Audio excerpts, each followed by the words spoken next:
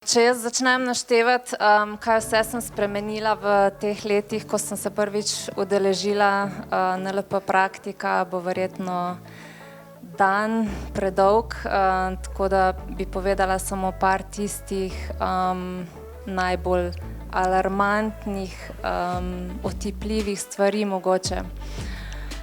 Pred 8 leti sem bila prvič pri Aleksandru in od takrat seveda ni nič več tako, kot je bilo, vse v pozitivni smeri.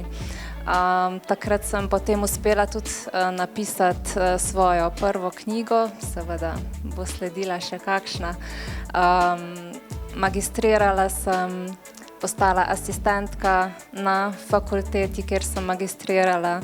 Zamenjala kar nekaj služb, začela delati v tem, kar sem se naučila, priučila, tako da to je tisto, kar bi priporočila vsakemu.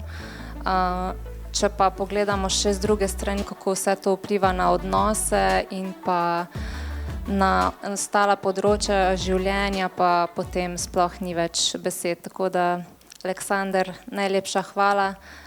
Aleksander tudi vedno priskoči na pomoč, tudi kadar potrebujemo kaj izven kakšnih izobraževanj, delavnic, tako da si srčen človek. Hvala lepa.